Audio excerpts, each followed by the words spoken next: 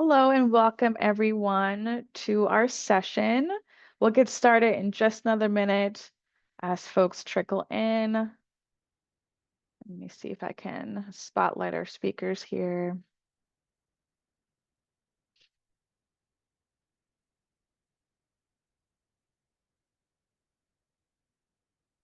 Perfect.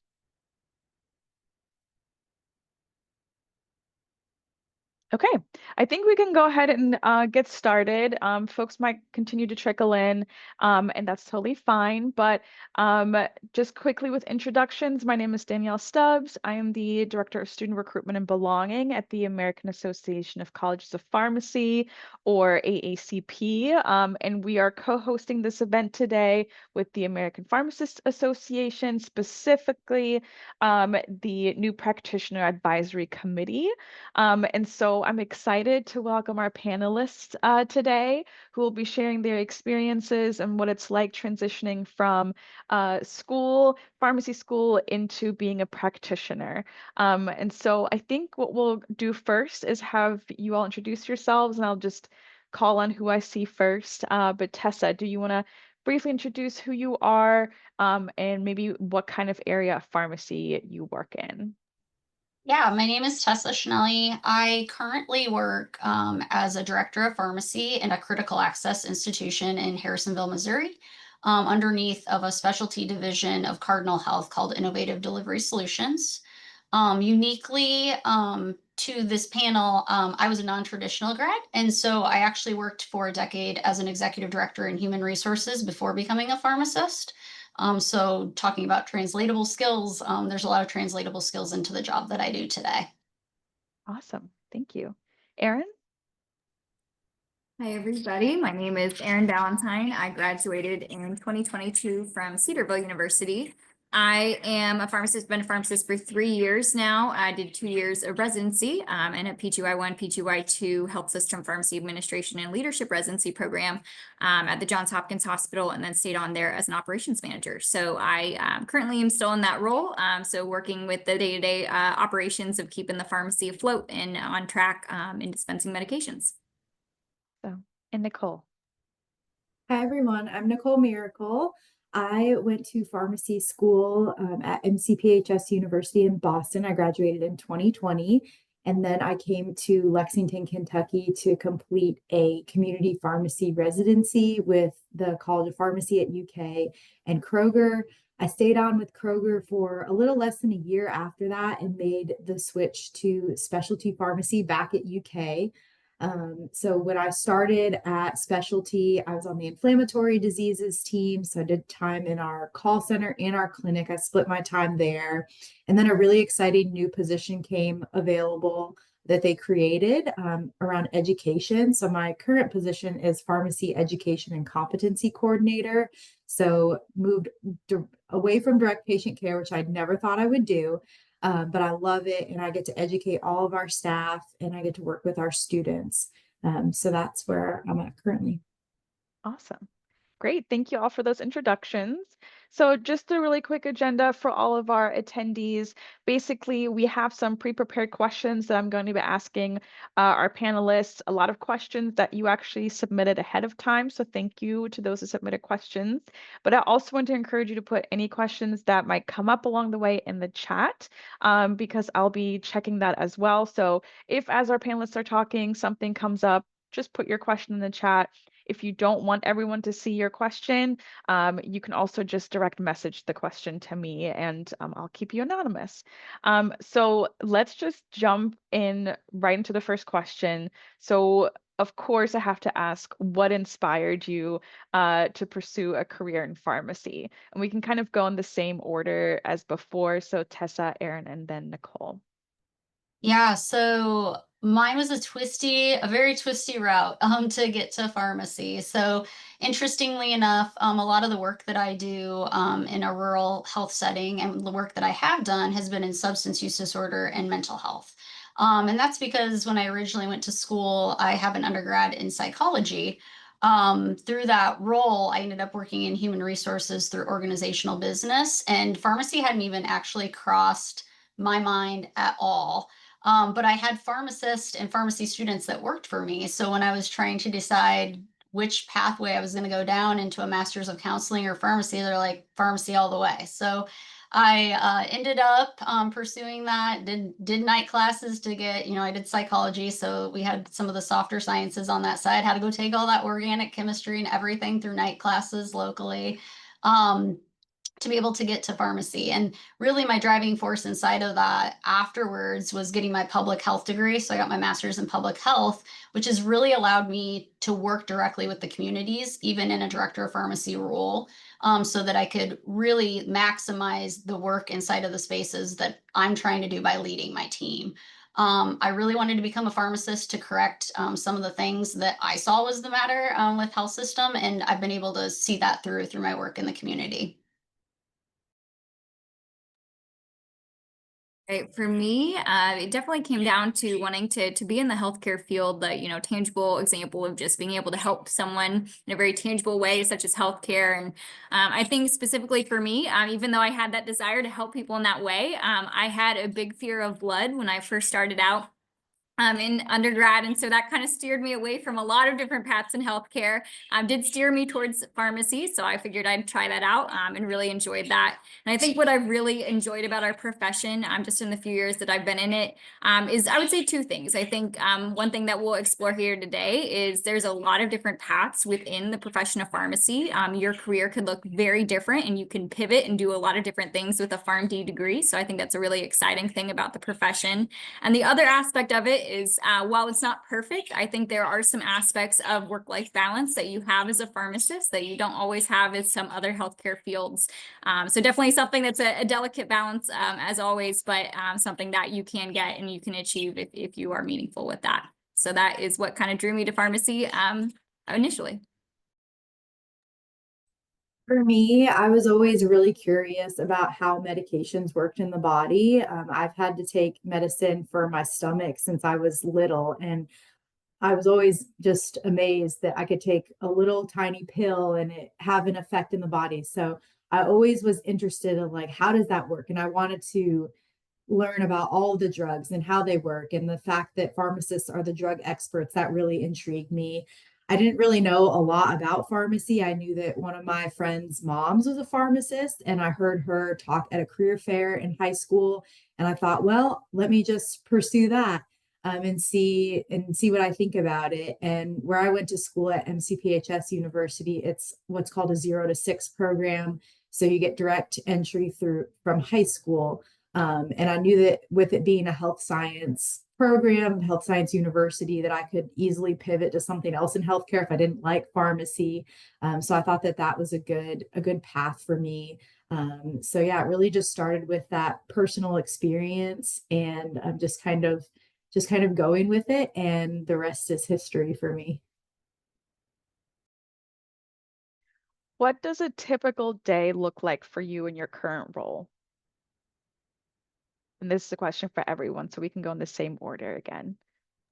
Yeah, so we were meeting before this meeting, and I was saying today was like very fast and furious. So for me as a director of pharmacy working in a small institution, I get to wear so many hats. Like I don't have a clinical coordinator. I am both clinical, I am operations, I am the whole deal. I am ambulatory because I also have a whole bunch of clinics that are underneath of my health system. So a lot of times it's splitting a lot of different things. So, just as an example today, my day started with working on a Kansas Fight Addiction grant, preparing some CE to provide some provider education. I met with Merck to negotiate some pricing in regards to vaccines that we have here at the health system. We were reviewing medication related events and how we can improve processes earlier today. So a little bit of everything, but also my charge pharmacist didn't work this morning. She had to drop her kids off. So I was opening the pharmacy and getting surgical services ready. So really doing a little bit of everything, especially in our smaller hospital environments.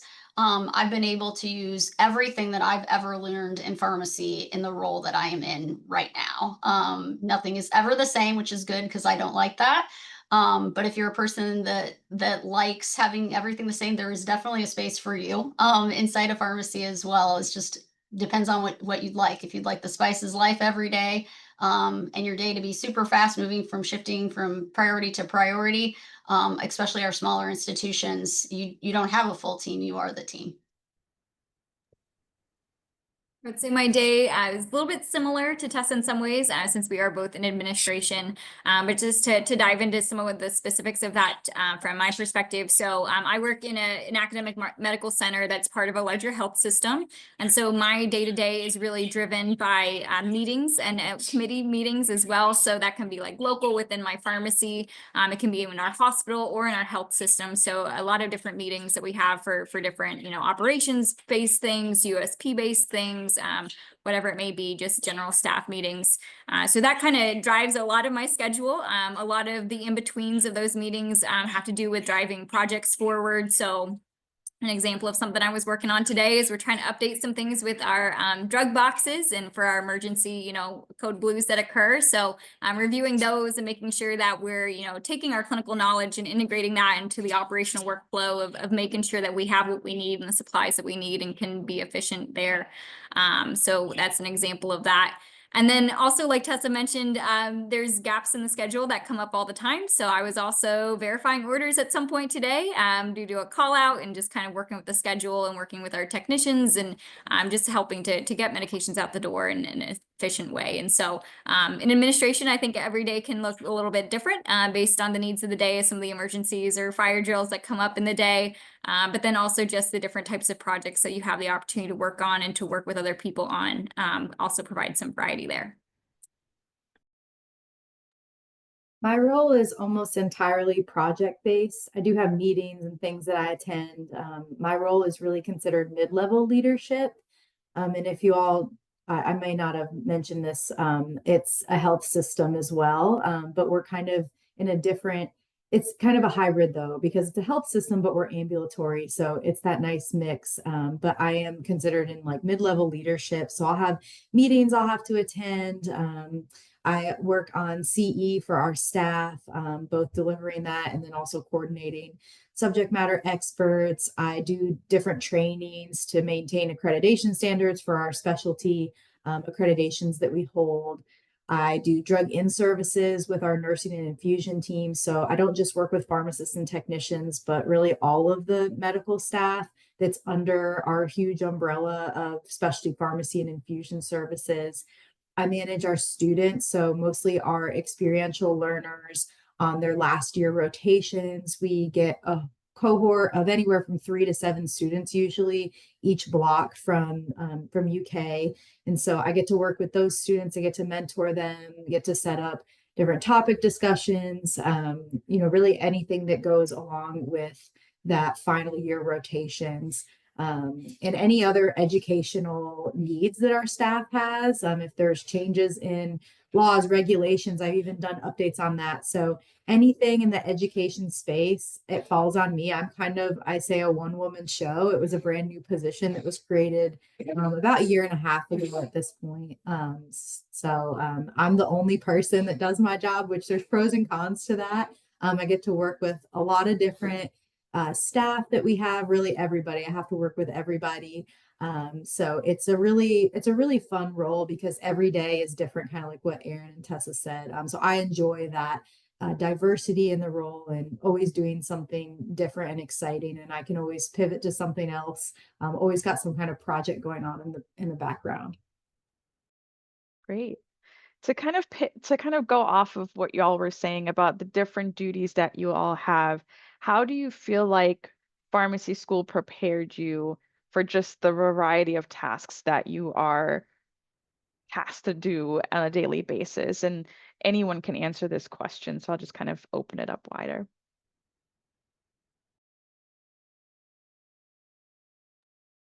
I mean, I can start. Like, I think when I was in pharmacy school, I had a really intensive, alongside of my education, as we were doing things in the classroom, I did a really intensive hospital clinical internship. And so that helped really solidify like the skills, the things that I was seeing in the classroom, I could do at my job. So really helped me to understand why I was doing, like when we were talking about things in the classroom, why I was doing what I was doing and then also to be able to see how it was helping my patient. I graduated in 2020, so it was really interesting going through COVID. Like I was right on the front line after I graduated, and it was kind of an opportunity to be able to use all those skills. I think also probably the biggest thing that I learned from pharmacy school, not doing a residency and coming into the workforce, was really like I went through a research program essentially. So I go to a strong research school. And so being able to really read the literature and understand it, we were not taught necessarily by PharmDs, but a lot of research and development individuals. And so we could understand really well when we come back to the guidelines, like why are we making the decision? How does the drug work? And like, how is this creating this change in the body from the pharmacokinetic and dynamics? Because there's a lot of gray space inside of pharmacy that's really comes down to really practicing pharmacy, right? Like, but being able to apply that and that knowledge made me more confident when I actually went into practice. I think one practical skill that you learn during pharmacy school is just how to prioritize and manage your time. So that's, a practical skill that I think no matter if you step into residency or fellowship after as training there, and that's obviously going to be a little bit more time intensive there with prioritizing, or just if you step into clinical practice or administration, all the pharmacists that I work with have to have some kind of skill in prioritizing tasks in front of them. You will have stat medications that come up or a stat situation that you have to deal with. And so knowing how to walk through those different priorities and those responsibilities that you have in your day-to-day, even if that's when you're working behind the counter, at a retail store, community store, or you're rounding on the floor and working with different types of patients as well. I think that prioritization skill that you learn during pharmacy school will be beneficial for you when you're out in the real world as a pharmacist as well. No matter what role you have as a pharmacist, you're probably going to be working with other health professionals. So I think that was something in pharmacy school that they do a really good job of, is integrating you early with med students, dental students, PA students. So I feel like that really prepared me for the role I'm in now, where, I'm on a team and I'm even educating different healthcare professionals. So I think having that exposure in pharmacy school was really helpful to prepare me for what I do now. Was there anything in particular that you all did before even entering pharmacy school to kind of explore the different career paths that were available to you before you kind of landed on pharmacy specifically?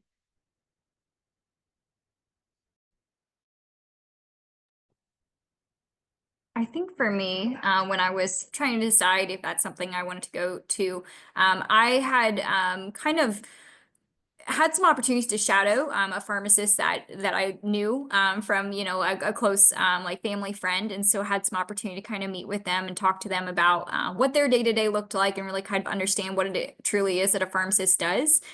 So that was valuable for me. Another thing that I ended up doing, some schools will have, like colleges will have like pharmacy camps or like more intensive things geared towards high school students that will just show you the ropes of what the profession is and kind of just make it fun. And I did go to a pharmacy camp that occurred at the school of pharmacy I ended up going to. And so that was also a really big introduction to me. And so I would say, if you've landed on pharmacy or you're still considering other options, or you just want to know what more is out there in pharmacy, looking for those opportunities to kind of learn from different programs that might have that kind of ways to kind of see tangibly what those different professions could look like.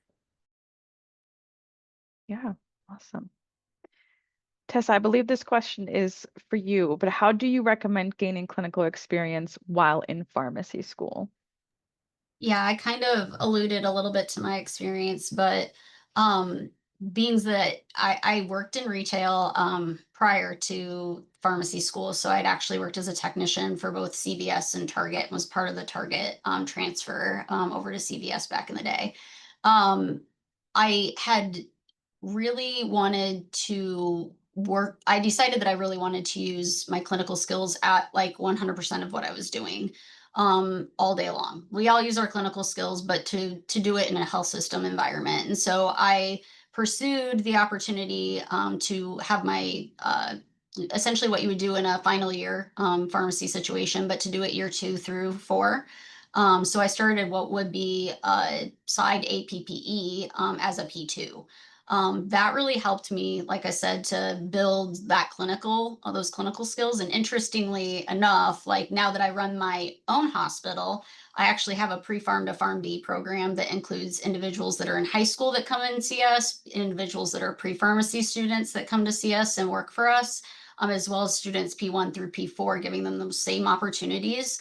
So that if they do decide that, there's several different paths after pharmacy school. If they decide that residency is not a path that they're interested in, they're still able to have those deep clinical skills from the inpatient perspective. And that has actually allowed for our individuals that have gone on and graduated from our pre-farm to PharmD program have successfully placed in residencies that are nationally known, just by being able to like culturize that or offer a culture that was similar to what I had when I was a student, understanding the value of that at the time. And just as a follow-up, and this can go to anyone, for maybe our prospective students who aren't sure what a residency is or what that means, I was wondering if one of you could give just like a brief definition of a residency. I can start here. So residency typically is a 1-year program that you have after you graduate from pharmacy school, where you have extensive training, typically in the inpatient side or the community side of pharmacy, really just kind of building your clinical skills at a very high-paced level. Can be a lot of hours, can be a busy year for sure, but it's a way to kind of quick, like fast track your career there in pharmacy and kind of gets you a few years down the road in just that 1 year. Typically following a PGY1 or that first year, you can pursue a PGY2 or a second year that would be specialized in a specific area of pharmacy. So that can be a specific clinical area like cardiology or infectious disease. It could also be more of another type of specialty like administration, like what I pursued, or informatics or something like that. Awesome. Thank you for that overview. And Aaron, actually, you mentioned something interesting, just like it's very fast paced, and it sounds like all of your jobs in general are very fast paced and there's a lot going on. So how do you manage work-life balance? Because I know you also mentioned work-life balance as a reason for why you chose pharmacy.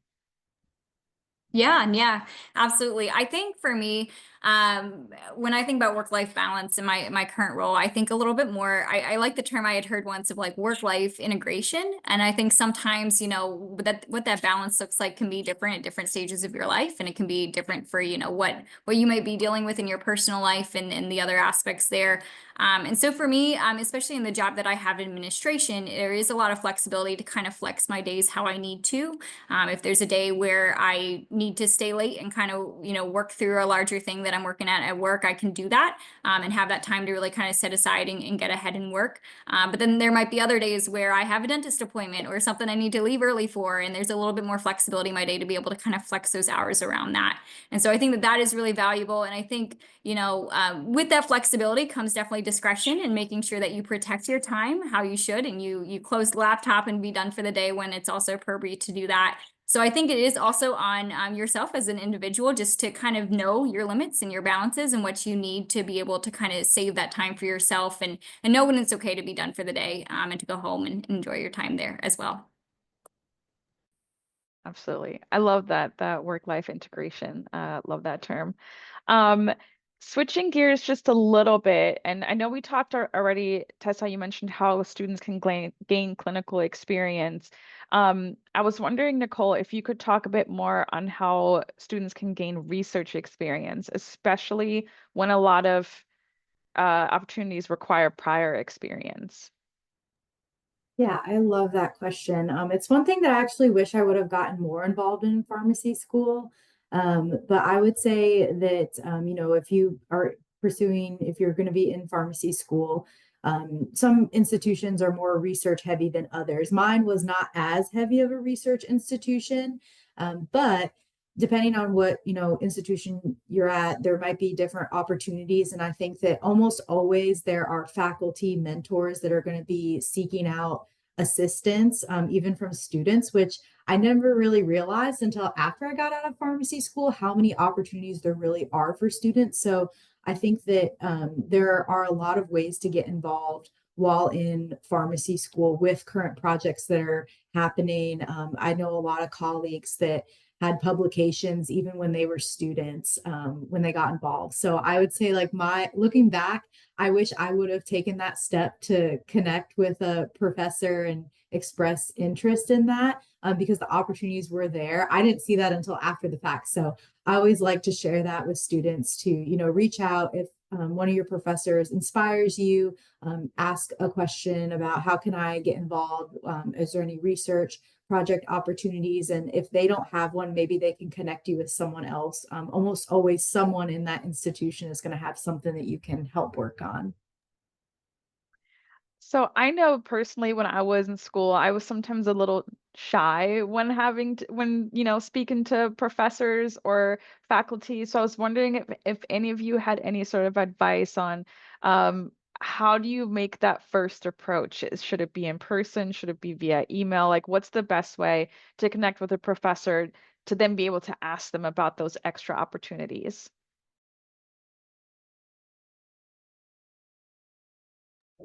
I think it can be either way, but I always look for an opportunity for alignment. So like if I know what their interests are, if they have interest areas and they align with my interest areas, like I talked about substance use disorder and mental health. So when I have aligned to do grant work or research related work, even with my students, like they've aligned with what my area of interest is. And so being able to open that up, if you're a person that's nervous to have that initial conversation, writing that out might be better. And seeing if you can take some of their time to the side so that they also know your intent. Isn't just to ask them about your research, but also to potentially have a future opportunity. But I think most of us, either practicing or working at a school of pharmacy, are not as scary as you believe us to be, and very much approachable, right? Like we want our students to be successful. So individuals who are curious and are willing to put in the work, and have already thought through that, right? Like the fact that they have the time and the bandwidth to be able to do that are very much like welcomed into conversation. Because just as Nicole was stating, like we all have a bunch of work to do, and I'd love to have somebody do this specific pre-post study for me to put it on a poster, and present it. But if unless they're approaching me, I may not know that you exist and have interest. Absolutely. I love that. And I just want to reiterate too, so for those in the audience who are prospective students and you're looking at different pharmacy schools, just like our three lovely panelists, a lot of staff in the admissions office are just as approachable. So if you're like, I'm interested in this school, but I'm not sure about XYZ, reach out to the school directly. A lot of folks are more than happy to chat with you. Um, I love this next question because I feel like it's always on everyone's mind. And I think Tessa, you might want to answer this one, but can someone succeed in pharmacy school if they struggled in organic chemistry? Most definitely, yes. I organic chemistry tends to get everybody. It doesn't matter. Like, there's always that savant that's in your class that organic chemistry was totally their vibe and they understood everything about it. The thing you have to understand about organic chemistry is it's like the first time you're learning about how these things interact. It's new. Which is just like when you go into pharmacy school, especially if you're a traditional student, you go from what is, a level 200 coursework to essentially a level 500 coursework like that. Like there's a learning curve to these things. And organic chemistry is supposed to be more, the purpose of organic chemistry is supposed to be more about introducing you to what these ancillary pieces of the molecule cause, like which ones are going to pop off, which ones aren't. All those good things that you'll learn more about when you get into pharmacy school, right? So it's like an intro into what is biochem, and medicinal chemistry. So long as you can work through organic chemistry, and have an appreciable grade inside of it that's acceptable to the School of Pharmacy, I don't think it should deter anybody from moving forward. Because once again, you're just seeing the first hard ball that's coming your way, from a chemistry perspective. That brings up another question that's open to anyone. Tessa, you mentioned moving from like a 200 level class to a 500 level class. If y'all can recall moving from undergrad to pharmacy school, or as a non-traditional student, not having maybe been in school for a while and moving into pharmacy school, what was the biggest challenge that you faced, and what were some of the resources or tips that you have for, how to make that transition into pharmacy school?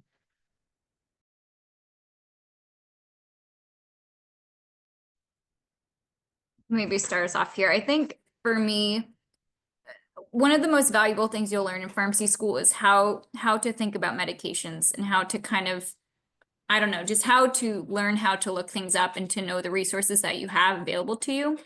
It's not possible to know every medication out there and what every medication does and how it works and all the side effects and have that all memorized. That would be too much. But if you can learn how to understand the concepts of medications and understanding, based on how this medication works, you can reason through how a side effect profile would kind of play out based on, how that works within the body. I think understanding those larger concepts help you to be more successful in pharmacy school. So I think that was a challenging concept for me at first, because I think in undergrad, sometimes you go through classes where it's just like root memorization. And you used to just kind of sitting down and memorizing a list of things.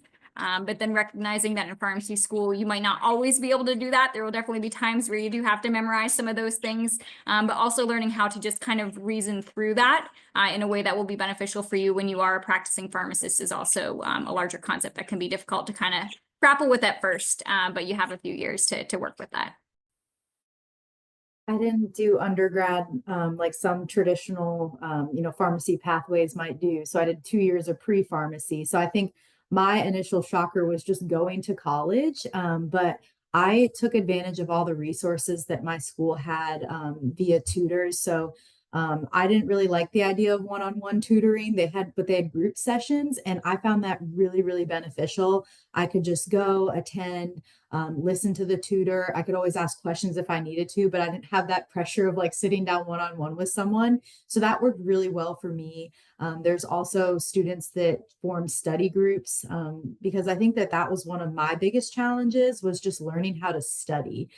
It's a lot of information that you have to know, and you have to develop even test taking skills. For me, I wasn't great at standardized tests.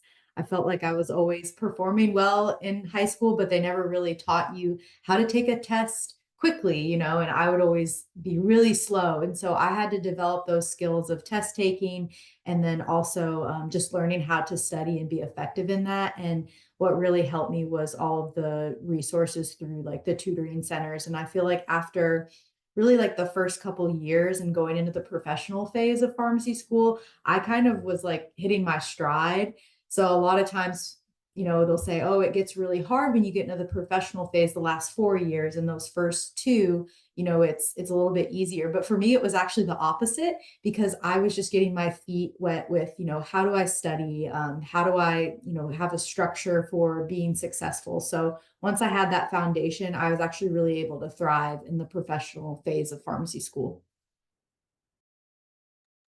Yeah, and I was just gonna add, like, I'm neurodivergent, so I had figured out that I had full auditory and visual recall. So like I used my strengths, like right, of like how I learned and figured that out quickly, which allowed me to be able to use color recognition and different things like that, to be able to allow the visual recall to come in.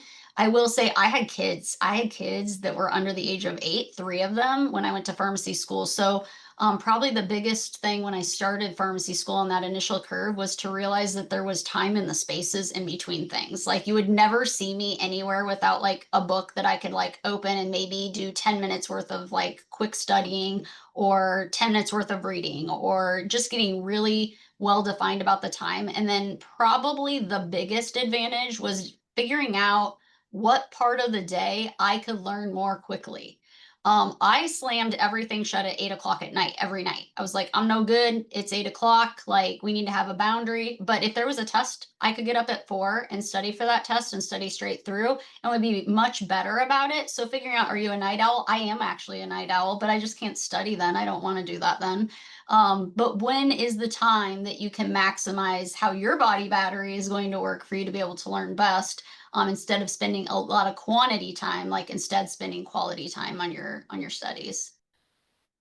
I love that. I love that a lot. I figured that out way too late, I feel like, as an undergrad. So I think that's a good lesson for everyone here is to kind of start thinking about that now.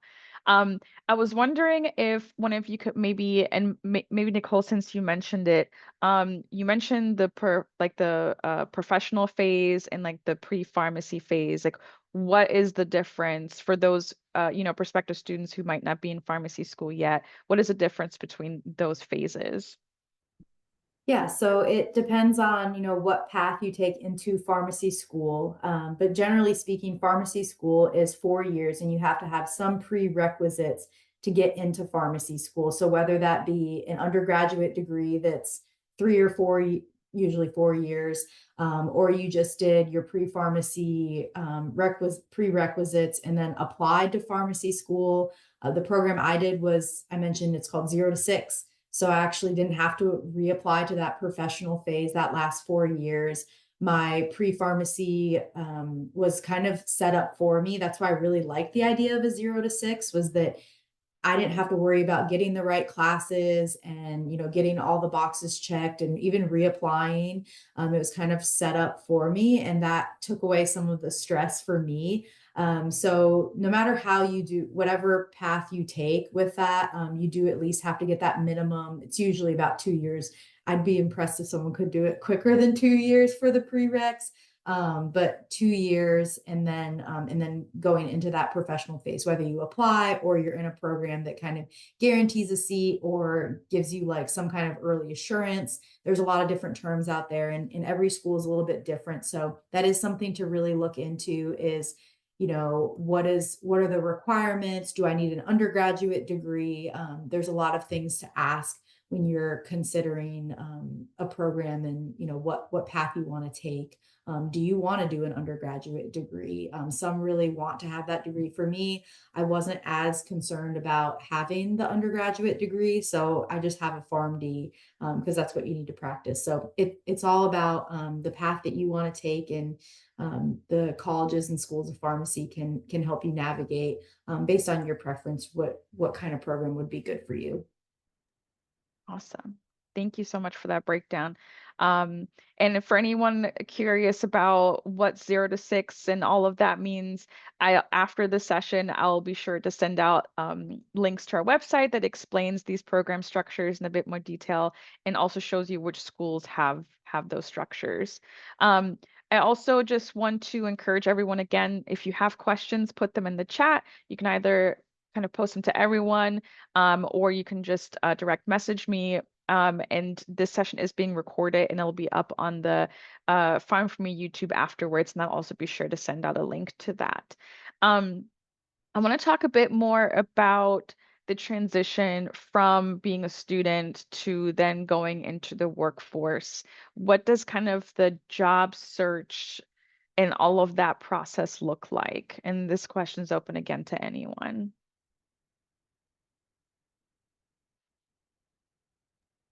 So for me, my job search started before pharmacy school even ended.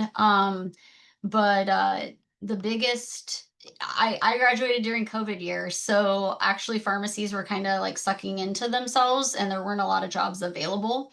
And so I would say, having worked in human resources, I will quote this, most people get jobs, 64% of jobs that are given to individuals who know somebody directly inside of the organization. And so I was very involved with my association work here locally in the state of Kansas when I graduated, to the point where I had somebody that reached out to me. They were like, "Hey, I hear you don't have a job yet, but you're not going into residency.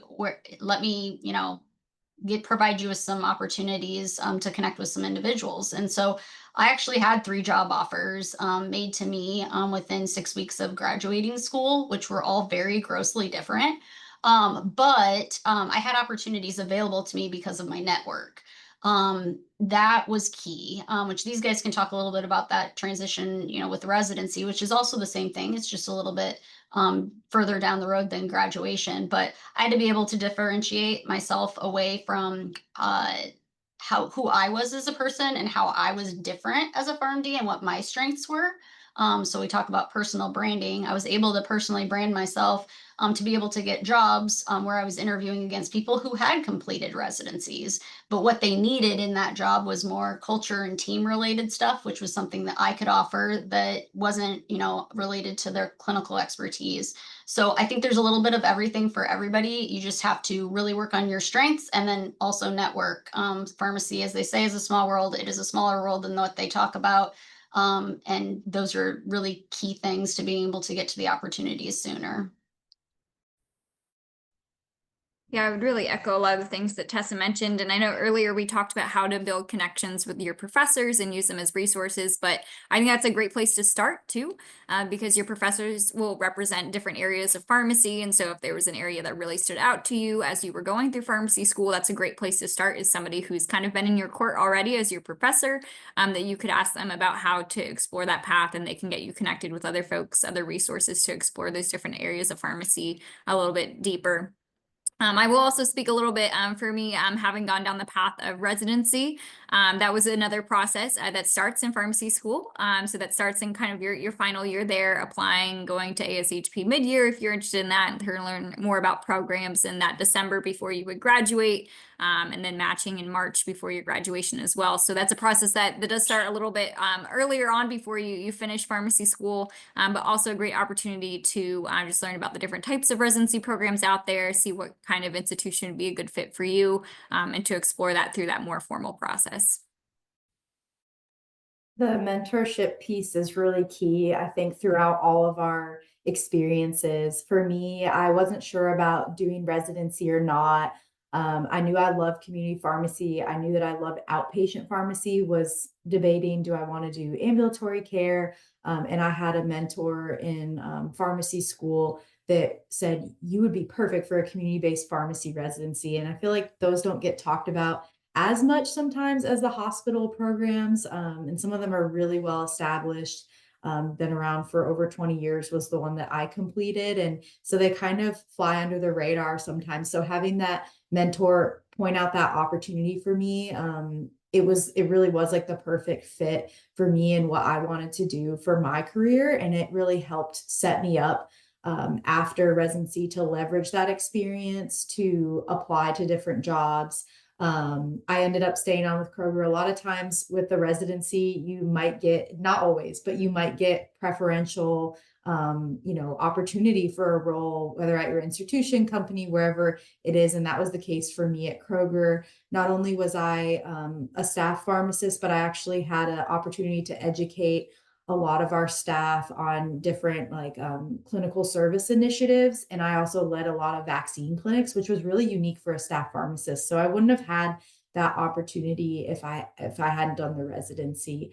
So that was kind of unique for me in that. And that was kind of like laid out for me because I had done the residency. And then when I made the transition to UK healthcare specialty, it was, yeah, I really believe like having a residency helped me get that job. And the job description even says residency preferred. Not saying that you can't get the job without it, but it really does help. And you can, rely on those experiences that you've had, those skills that you've developed in residency. Because as Erin mentioned, it's really like a couple years, 3 to 5 years, whatever you want to say, depending on the program, shrunk into 1 year. So you really can hold on to the skills that you developed and say, this is why I'm like a good candidate for this position. So I think that helped build my confidence, the fact that I had done a residency going into it.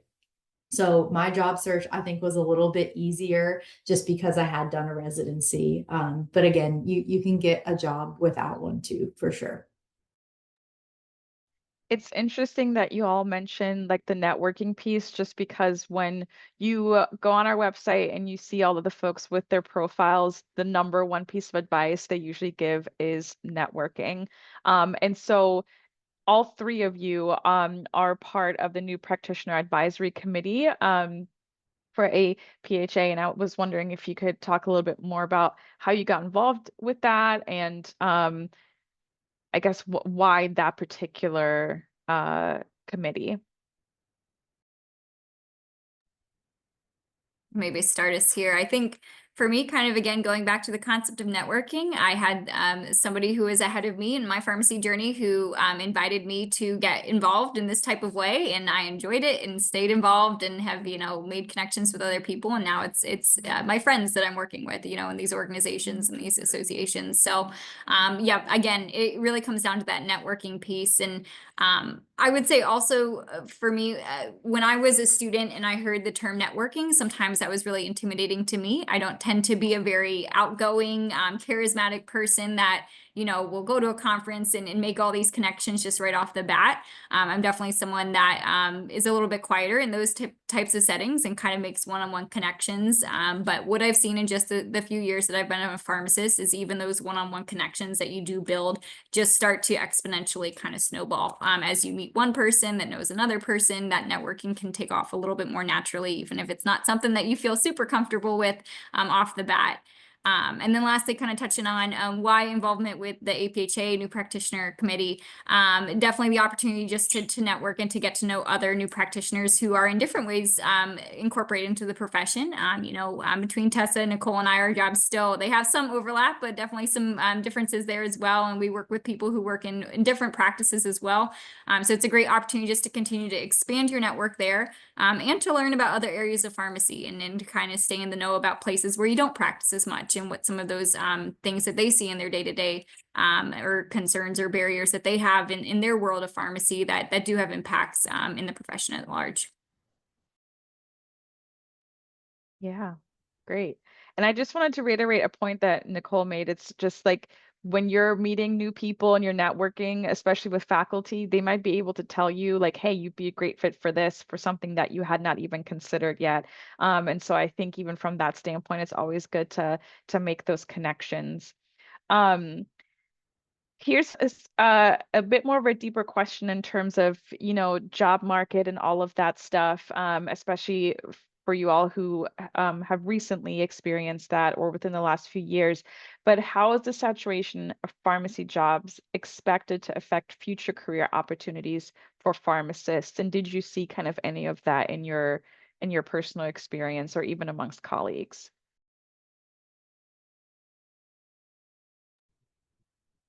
I think there's lots of opportunity. I think we've talked a lot about, like, you'll see a lot about shortages and things like that. I think right now our profession is more focused on a work-life integration approach of a real, like, identifying places to be employed that are going to allow for you to have that integration. And I mean, even us as new practitioners within APhA are advocating, for some of the um, employment services, whether that be the ability to go to do a CE, but not have to use my PTO, things like that. So I think nobody, when I ask people, I always pose this question the other way. I was like, what pharmacists do you know that are completely unemployed? And the answer is nobody. Like there are jobs available for everyone. I think more of it is about where do you want to be and discovering what your yeses are and what your hard no's are. Everybody's got a list of those, and then creating a plan, a strategic plan on how you get to wherever you want your journey to be, and always kind of keeping your head towards the horizon so that you're challenging yourself and don't end up in a situation where you don't feel like you're challenged within the role that you're in. That's where your networking aspects and other pieces come into play.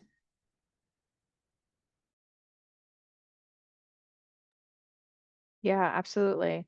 And so, Tessa, you mentioned CE, and a couple of others have mentioned as well. So, that continuing education. So, what it sounds like there's always things changing within pharmacy, like new medicines are being developed. How do you stay on top of that, all of the new things that are coming out?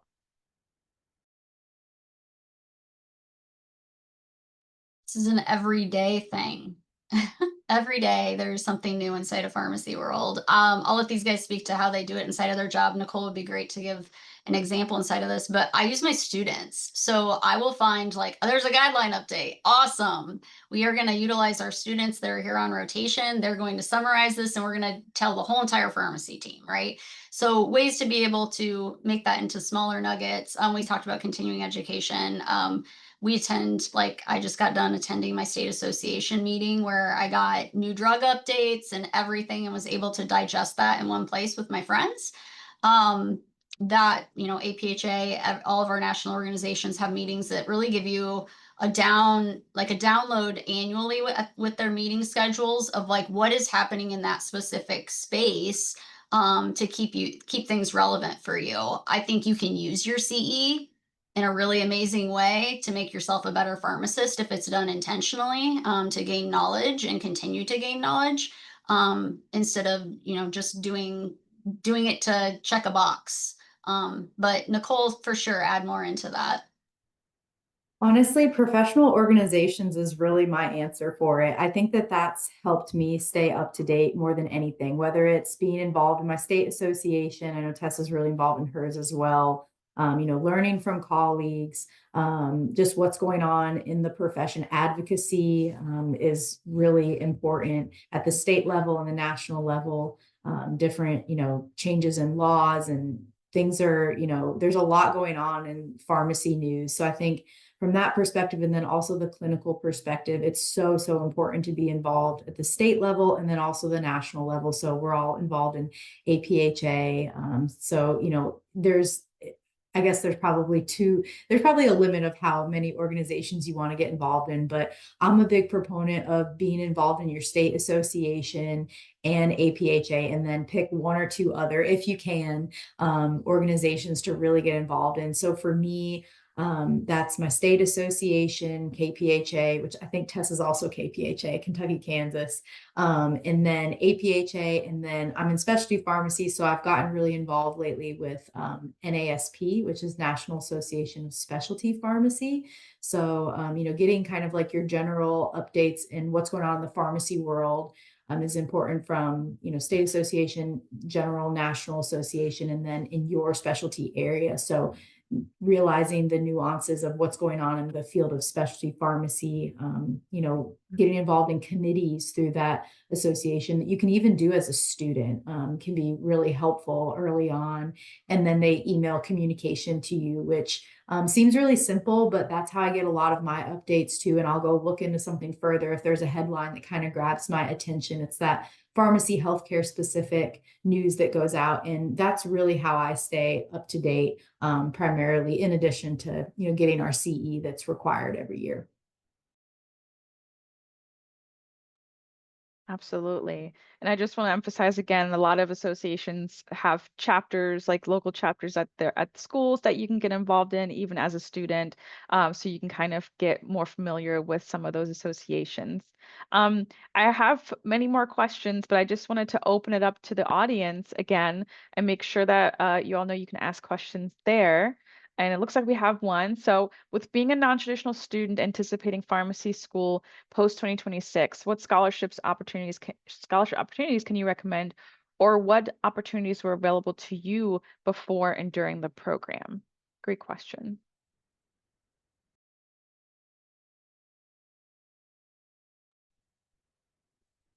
For me, as a non-traditional student, I already had a 4-year degree, so a lot of it depends on whether or not you're considered an undergrad or a graduate student. So that's the first place to start, is like, am I considered a graduate level student or am I considered an undergrad student? From the financial aid perspective, because that also impacts sometimes the scholarships as well. For me, I had academic scholarships, as well as some scholarships for the work that I was doing. Associations, things like that, that was funding some of my education. I didn't have as much of a need for scholarship, just because my husband was a higher wage earner, but I did take out student loans, and that was okay. It wasn't a scary thing or anything like that. But searching for those opportunities, they exist everywhere. Like there are things you can get from industry. You just have to write a lot of essays, to be able to get different scholarships. Specifically, I know I was an APhA scholarship award winner too. So a lot of our organizations that exist have student scholarships as well, that can be applied for, starting with P1 year. So it's really just about getting out there, talking to your aid office and seeing how you're designated, and then making sure that whatever you're applying for, you meet the criterion for it. Yeah. Absolutely. Again, I just want to reiterate reaching out to your schools, or this if you're not in pharmacy school yet, the schools that you are interested in applying for. A lot of them are working really hard to meet students where they're at, even within the application process, giving fee waivers or discount codes to even just make the application process more affordable. And I did also just want to plug our website, pharmacyforme.org, and we have a financial resources page where we list some really great programs. There's state loan repayment programs, there's government and military tuition reimbursement programs. There's also corporate tuition reimbursement programs. So for example, if you work for one of the major companies, like let's say CVS or Walgreens, a lot of them have tuition reimbursement programs if you work for them for a few years post graduation. So, and there's also scholarships that we offer once a year. So definitely check that out as well. Um, any other questions from the audience before I kind of move to our final question of the hour?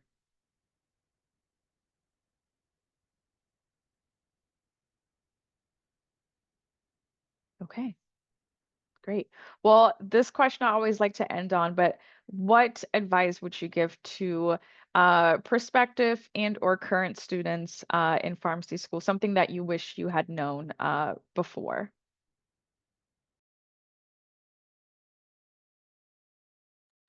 I would say don't be afraid to jump in. You're not going to know everything, and you're not going to know exactly what you want to do in pharmacy. It's so common for students to even get to the end and not know what they want to do. So I think if find what you're passionate about and then follow that, and I think that everything will fall into place. You don't have to know everything, about pharmacy, all the different fields, like that will all work itself out. So I think if you're passionate about one aspect of pharmacy, follow that, and I think that you'll be successful.